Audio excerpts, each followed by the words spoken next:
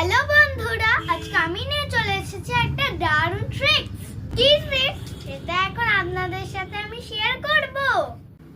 আমরা সবাই জানি তরমুজ হলো গরমের ফল। এখন শীতকাল চলছে, তাই এখন বাজারে তরমুজ পাওয়াটা খুবই কঠিন ব্যাপার।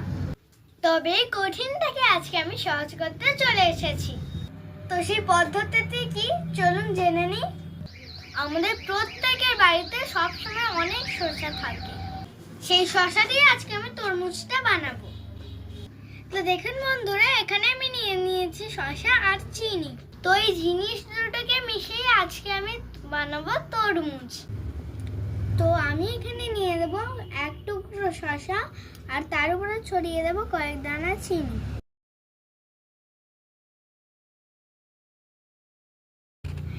এবার এইটাকে আমি আমার মুখের মধ্যে ভরে দেব।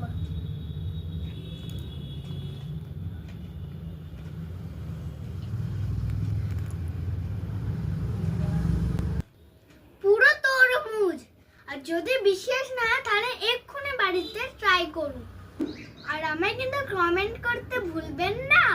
ভিডিওটা কেমন লাগলো অবশ্যই জানাবেন। টাটা, খুদা হাফেজ।